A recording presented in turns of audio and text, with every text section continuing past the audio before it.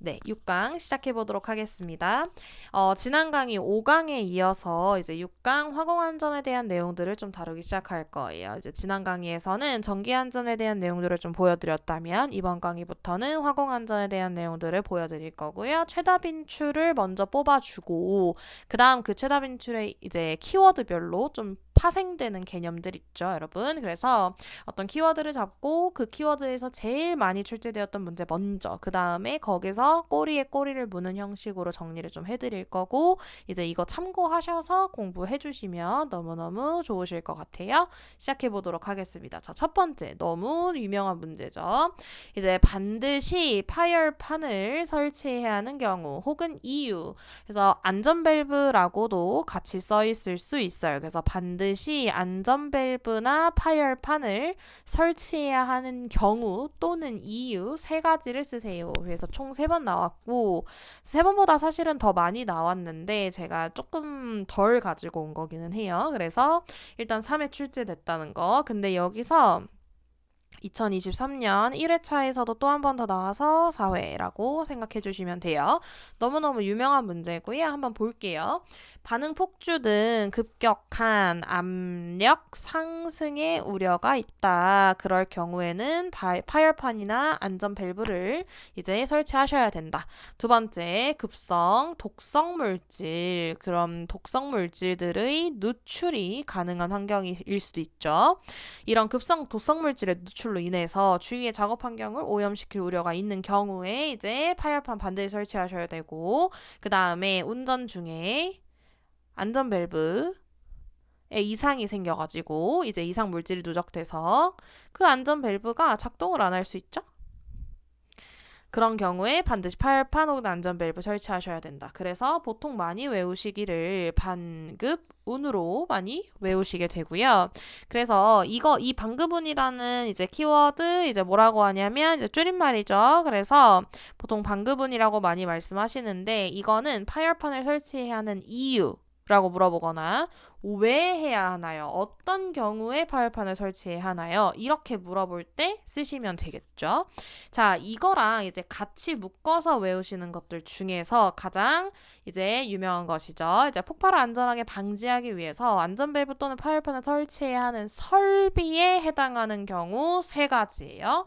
자, 계속 안전밸브와 파열판 이런 멘트들이 이런 단어들이 계속 이제 보여지고 있죠, 여러분. 같은 단어가 똑같이 문제에 쓰여 있는데 이 문제의 의미가 다르다는 걸 이해하셔야 돼요, 여러분. 13번에서 보여드렸던 문제는 안전 밸브나 파열판을 왜 설치해야 하나요? 아니면 어떤 경우에 설치해야 하죠? 이런 상황인 거고, 이 14번 같은 문제에는 이 안전 밸브나 파열판을 어떤 기계기구 혹은 설비에 설치해야 하나요? 어떤 설비에 설치해야 하나요? 라고 정확하게 기계를 물어보고 있는 문제예요. 그래서 아예 문제의 결이 달라요, 여러분. 헷갈리지 않으실 수 있으셔야 돼요. 문제를 읽고 그 문제를 이해하고 풀어야 되잖아요. 우리가 물어보는 게 뭔지를 이해해야 되는 거니까. 그러니까 문제의 결이 다르고 물어보는 목적이 확실하게 다르기 때문에 이제 반드시 뭐 이런 멘트로 이제 구별한다. 이거는 안 통해요, 여러분. 이건 안 통하니까 반드시 이런 멘트로는 절대 안 외우시는 게 좋고, 왜냐하면 실제로 2023년 1회차 때 반드시라는 단어가 안 써 있었어요, 여러분. 그래서 문제를 읽고 여기서 물어보는 게 뭐지? 라고 정확히 이해하고 쓰셔야 돼요. 아예 문제의 결이 달라요, 여러분. 다시 말씀드리지만. 자, 안전밸브나 파열판을 설치해야 하는 그 설비, 어떤 기계기구나 설비에 내가 파열판을 설치해야 하는가를 물어봤으니 한번 볼게요. 첫 번째, 정변이 압축기. 그 다음 두 번째, 정변이 펌프. 세 번째는 배관. 네 번째, 압력 용기. 그래서 많이 외우시는 게 정, 배. 여기서 한 가지 더 여기까지도 많이 외우시죠. 그래서 이렇게 외워주시면 되겠습니다. 그래서 완벽하게 외워주시면 될 것 같고요. 두 개 헷갈리지 않고 공부해 주셨으면 너무 좋을 것 같아요. 자, 15번 넘어가 볼게요. 자, 화학 설비 또는 그 부속 설비의 파열판 및 안전 밸브 설치에 관한 내용. 또 파열판과 안전 밸브라는 내용이 나오죠. 키워드가. 근데 이거는 이 설치에 관한 내용에서 빈칸 뚫기 문제로 나온 문제들이에요. 자, 볼게요. 사업주는 급성 독성 물질이 지속적으로 외부에 유출될 수 있는 화학 설비 및 그 부속 설비에 파열판과 안전 밸브 설치해야 한다고 분명히 얘기했죠.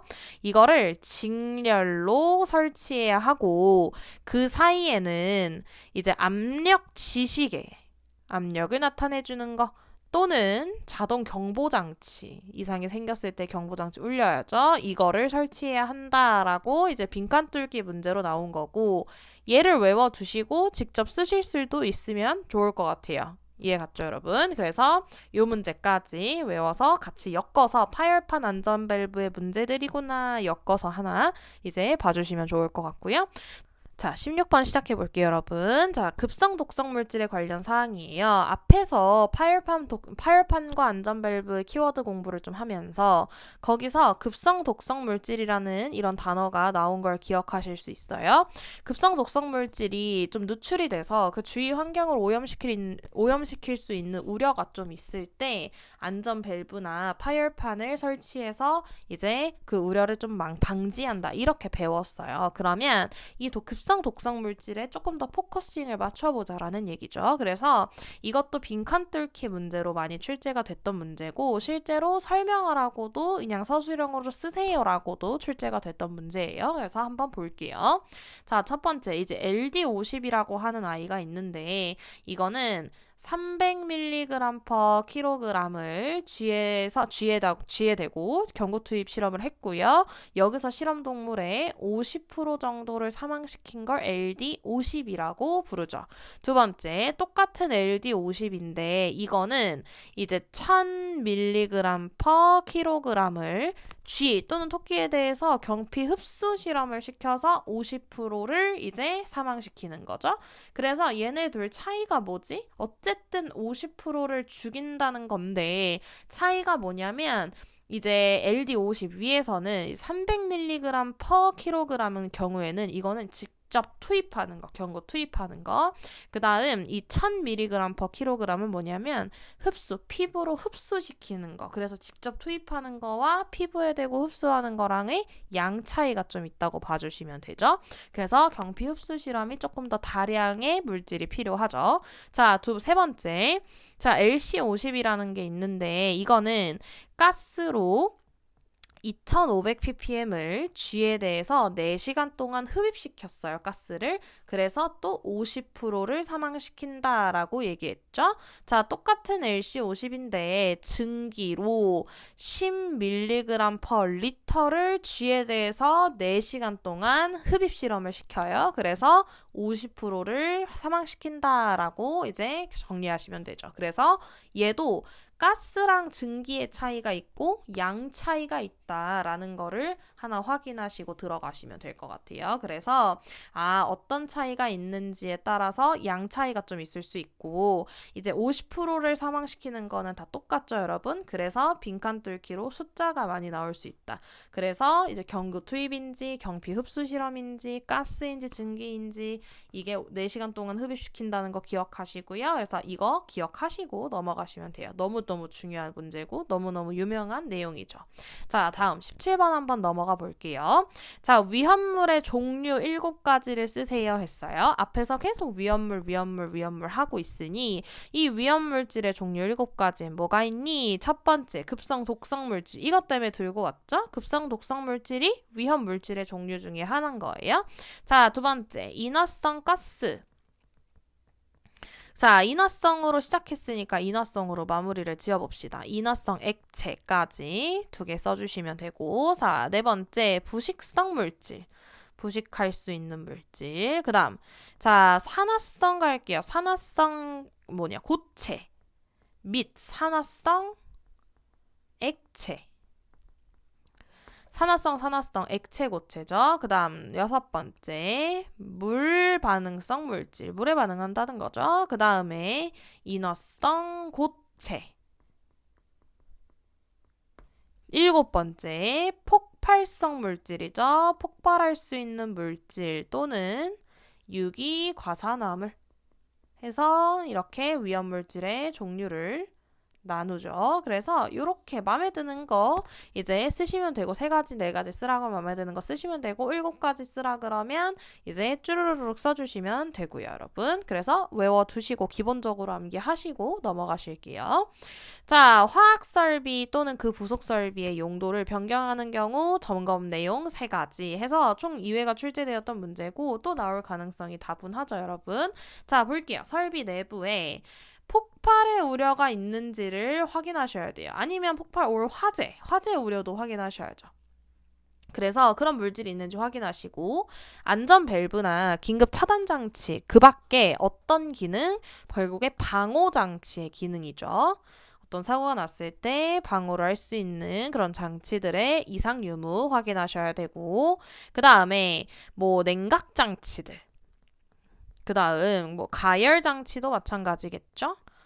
뭐 계측 장치들 다 이상 없어야 되는 게 맞고 그 다음 뭐 압출 장치, 압력 장치들 등등등 이런 것들의 제어 장치 기능의 이상 유무들을 좀 확인하셔야겠다. 정리하시면 되죠. 딱 3가지 안전하게 외우시고 가셔야 돼요. 스토리텔링적으로 외우시면 될 것 같아요. 화학설비, 부속설비, 용도 변경하는 경우에 점검할 내용이니까 주변에 뭔가를 용도를 변경하려고 하는데 폭발하려고 하는 거 있거나 풀나려고 하는 게 있으면 안 되잖아요. 간단하게 생각하시면 돼요. 2번째, 방호장치 잘 있나? 3번째, 제어장치 잘 있나? 이렇게 생각하셔야죠. 자, 그 다음 19번으로 넘어가 볼게요. 자, 화학설비 내용이 계속 나오니까 앞에서도 18번 문제도 화학설비나 그 부속설비에 대한 내용이었잖아요. 같은 키워드예요. 화학설비 및 어떤 시설 설치 시에 유지해야 하는 안전거리 기준 해서 나오고 있죠. 얘도 이제 또 빈출이 될 수 있는 문제들이고 충분히 이제 숫자 넣기로 빈칸 뚫기로 잘 나올 수 있는 문제이기 때문에 한번 외워두실게요. 단위 공정시설 설비로부터 다른 공정시설 및 설비 사이는 10m 이상으로 떨어뜨리셔야 돼요. 그 다음 플라스틱으로부터 위험물 저장 탱크, 위험물 하역 설비 사이는 20m 이상 떨어뜨리셔야 되고 위험물 저장 탱크가 있는데 이거랑 이제 공정 설비 보일러 이제 가열하는 곳 요런 것들은 20m 이상 떨어뜨리셔야 되고 사무실 이제 일해야 되죠. 사무실, 연구실, 식당 등으로부터 어떤 공정 설비들, 이제 가열료, 보일러 등등 이런 것들은 이 사무실의 외면으로부터 20m 이상 떨어져야 안전하다라고 정리하고 외우시고 넘어가실게요. 자, 다음 20번 가실게요. 유지 관리해야 하는 보일러장 방호장치 3가지 들어오고 있어요. 자, 보일러라는 게 또 한 3회 정도가 출제되었는데 보일러라는 이 키워드 한번 잡아보고 갈게요. 자, 그러면 유지 관리해야 하는 보일러의 방호장치 3가지니까 방호장치 한번 들어가 볼게요. 첫 번째, 압력 방출장치 항상 유지 관리하셔야 돼요. 2번째, 압력 제한 스위치 이거 관리하셔야 되죠. 그 다음, 고저 수위 조절 장치 필요하고요. 그 다음에 화염 검출기 잘 작동되는지 항상 유지 관리해 주셔야 돼요. 빈출이에요. 너무너무 잘 나오고요. 이것도 뭐 아밥, 고, 화 이렇게 외우시는 분들도 많으시죠. 그래서 앞자리 따서 앞자리만 따면 사실 어렵지 않게 외워서요. 그래서 압력 방출, 압력 제한 스위치, 고저 수위 조절 장치, 화염 검출기 해서 간단하게 4가지 외워두시고 넘어가실게요. 네, 이어서 21번 가볼게요. 20번이랑 같은 키워드인 보일러를 데리고 오고 있고요. 보일러의 이상현상들에 대해서 한번 다루어 볼게요. 보일러의 이상현상들을 이렇게 당연히 5가지를 다 물어보지는 않았고 이제까지는 이 중에서 하나를 골라서 이런 현상은 뭐라고 하는가요? 이렇게 물어보거나 아니면 어떤 현상을 알려주고 이거에 대해서 서술하시오라고 하거나 어떤 현상을 알려주고 빈칸을 뚫어놔서 이런 것들은 문제들은 뭐라고 얘기를 하나요? 이제 빈칸을 채워보세요 라고 얘기하거나 이런 형태로 많이 나왔고요. 근데 5가지 전부 다 안 나오리라는 법은 없고 뭐가 뭔지를 알아두고 구분할 수 있니? 라고 충분히 얘기할 수 있죠. 자, 첫 번째. 캐리오버라고 하는 얘기가 있죠. 이 캐리오버가 가장 많이 시험에 출제가 되었고요. 이제까지. 자, 보일러스의 어떤 고형물들이 섞여서 나가는 거예요. 증기에. 그래서 밖으로 막 튀어나가서 이런 걸 캐리오버라고 얘기를 하죠. 그 다음 두 번째. 포밍이라는 건데 영어로 쓰자면 이제 포밍 해서 이렇게 쓰게 되죠. 그러면 요 폼이라는 영어 단어가 거품이라는 뜻을 가지고 있죠. 그래서 유지분, 이제 기름 이제 성분이죠. 그래서 이런 유지분이나 부유물들이 이제 보일러수의 어떤 비듬과 함께 거품, 수면부에 거품을 좀 일으키는 현상을 포밍이라고 부르죠. 그 다음 세 번째, 뭘 얘기를 하고 있냐면 이제 프라이밍이라는 내용이 있어요. 그래서 프라이밍은 여기서 영어로 쓰자면 이런 식으로 쓰죠. 그래서 수분이 어떤 증기랑 분리가 돼야 되는데 분리가 되지 않고 솟구쳐 오르는 거예요. 그래서 솟아올라가지고 고저 수위를 우리가 판단하지 못하는 보일러가 이런 걸 프라이밍이라고 부르고요. 네 번째, 수격작용이라고 부르는 애들이 있어요. 그래서 수격작용이 뭐냐면 이 이상현상은 영어로도 이제 워터해머라고도 부르죠. 그래서 수격작용은 뭐냐면 이제 고여있는 응축수가 이제 밸브를 급격하게 개폐한 거예요. 그러면 팍 빠져나가고 싶을 거잖아요. 그러면 그 고온 고압, 그 증기에 이끌려서 배관을 세게 고압으로 쳐버린 거예요. 그래서 배관 파열을 초래할 수 있다. 이런 걸 수격작용. 그래서 워터해머라고 부르죠. 고압으로 팍 때려버리니까 배관을. 자, 그 다음에 5번째, 역화 현상. 그래서 이거를 영어로 backfire이라고 부르죠. 자, 이런 backfire 역화 현상은 어떤 보일러를 시동을 걸었어요. 그리고 연료가 다 나왔어요. 자, 그런 다음에 시간을 두고 착화하는 건데 무슨 말이냐? 결국에 연소하지 못하고 미연소 가스가 노 안에 이제 결국에 잔류하게 돼요. 그럼 그 잔류한 게 연소하고 싶으니까 비정상적으로 폭발을 막 일으키기 시작하는 거예요. 그래서 이게 이제 backfire이라고 해서 역화현상이라고 부르죠. 이렇게 5가지의 보일러의 이상현상들을 모두 알고 계셔야 되고 각각의 이제 이상현상들이 이게 뭐지? 라는 것까지 알아두셔야 돼요. 그래야 신출 대비가 되니까 여러분들께서 전부 다 외워두시면 좋을 것 같아요. 자, 22번으로 넘어가 볼게요. 같은 보일러라는 키워드를 가지고 있어요. 캐리오버의 원인 4가지를 물어보고 있죠. 그래서 캐리오버가 자주 나올 수 있다. 자, 가볼게요. 기실과 어떤 증발 수면의 협소. 자, 두 번째 어떤 거냐면 기수분리기의 고장. 기수분리기가 고장이 나거나 혹은 보일러 내의 수면이 비정상적으로 높게 된다면 그 안에 떠있는 부유물들이 같이 밖으로 빠져나가게 되죠. 자, 보일러의 부하가 급격하게 증대할 경우에도 마찬가지고 압력의 강화로 격렬하게 이제 자기 증발을 일으킬 수 있어요. 그래서 이런 식으로 총 5가지의 원인으로 캐리오버가 이제 일어날 수 있다라고 외워두시면 되고 이것도 이제 앞 글자를 따서 많이 외우시죠. 그래서 앞 글자를 많이 따서 외우시니까 편한 방법으로 외워두시면 되고 캐리오버가 도대체 뭐였지? 라는 거를 생각하신 다음에 캐리오버의 의미, 캐리오버의 원인까지 캐리오버가 뭐였고 어떤 의미의 어떤 이상현상이었지? 라는 거에서 플러스 알파로 이것 때문에 일어나는구나 까지 알아두셔야 돼요. 왜? 이렇게까지 빈출이 되었으니까 또 내겠다 이런 의미가 될 수 있거든요. 그래서 정리하시고 넘어가셔야 돼요. 23번 시작해 볼게요. 자, 23번에서는 아세틸렌 용접장치라는 키워드가 등장하고 있어요. 이게 기계안전이랑 이제 밀접한 관련이 있는데 아세틸렌이라는 화학물질이 등장하고 있으니까 얘를 한번 화공안전으로 들고 와봤어요.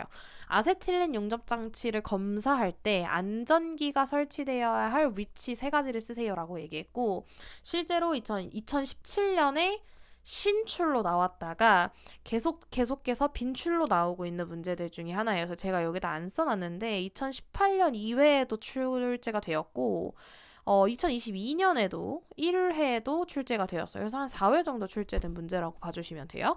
그래서 이렇게 세 가지는 반드시 알고 가셔야 된다. 그렇게 어렵지 않아요. 취관, 그 다음 분기관, 그 다음 발생기와 가스용기 사이에 이제 안전기가 설치되어야 한다. 라고 간단히 외워두시고 아세틸렌 용접장치라는 키워드를 가지고 있는 문제구나 하고 넘어가 주시면 돼요.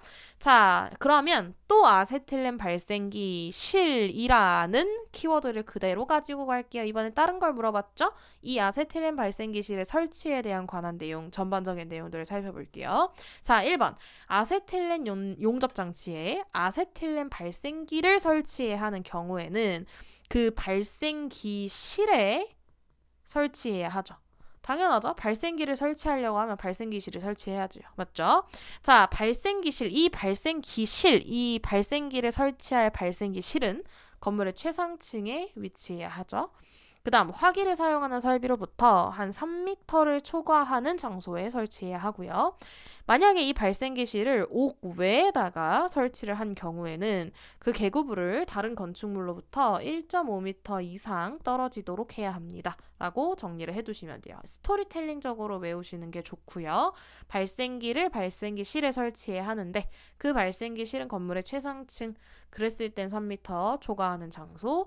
근데 만약에 이걸 5개에 설치한다? 그럼 1.5m 이상 떨어져야 한다. 이렇게 스토리텔링식으로 외워주시면 간단하게 공부하실 수 있을 것 같아요. 자, 25번 갈게요. 마찬가지로 아세틸렌 용접장치라는 키워드 계속 가지고 가고 있어요. 이걸 사용해서 금속의 용접 용단 가열 작업을 하는 경우에 준수해야 하는 사항에서 들어오고 있죠. 그래서 이거는 지켜야 될 내용들, 지켜야 할 사항들 가지고 왔어요. 자, 첫 번째, 발생기실의 어떤 종류, 형식, 아니면 제작 업체명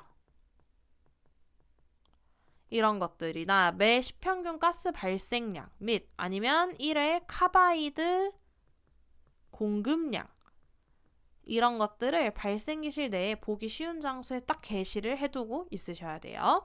발생기실에는 관계근로자가 아닌 사람이 이제 출입하는 거를 당연히 금지하셔야 되고, 발생기실에서 한 5m 이내 또는 발생기실에서 3m 정도 이내의 장소에서는 흡연 하셔야 되고, 화기 사용 금지죠.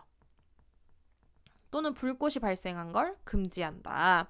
자, 아세틸렌용이랑 산소용을 혼동하지 않도록 하는 조치를 하셔야 되고요. 아세틸렌 용접장치의 설치 장소에서는 적당한 소화 설비, 언제 화재가 날지 모르니까 갖추셔야 돼요. 이동식 아세틸렌 용접장치의 발생기는 고온의 장소나 혹은 통풍이나 환기가 불충분하거나 진동이 많은 곳에서는 안 된다라는 거 기억하셔야 돼요. 그래서 이렇게 지켜야 할 내용이 총 6가지 외워두시고 한 3개에서 4가지를 쓰게 할 텐데 다 알고 계셔야 돼요. 왜? 6가지를 쓰라고 할 수 있으니까. 자, 넘어가 볼게요. 26번이에요. 똑같이 아세틸렌 용접장치에 대한 키워드를 가지고 있고, 이 아세틸렌 용접장치의 점검 항목 중에서 용접기 도관의 점검 내용을 우리가 쓰세요라는 문제가 출제가 된 적 있어요. 자, 한번 볼게요. 밸브의 작동 유무 한번 확인하셔야 되고요. 작동 상태와 함께. 그 다음 누출되는지의 유무 확인하셔야 되고, 당연히 역화방지기 설치하셔야 되죠. 아까 역화라는 게 어떤 현상인지를 좀 설명드렸던 것 같아요. 이제 역화방지기 접속부 및 밸브의 코크 작용 상태 이상 유무 확인하셔야 되겠죠. 그래서 이렇게 3가지 또 암기하시고 마무리해 주시면 되겠습니다.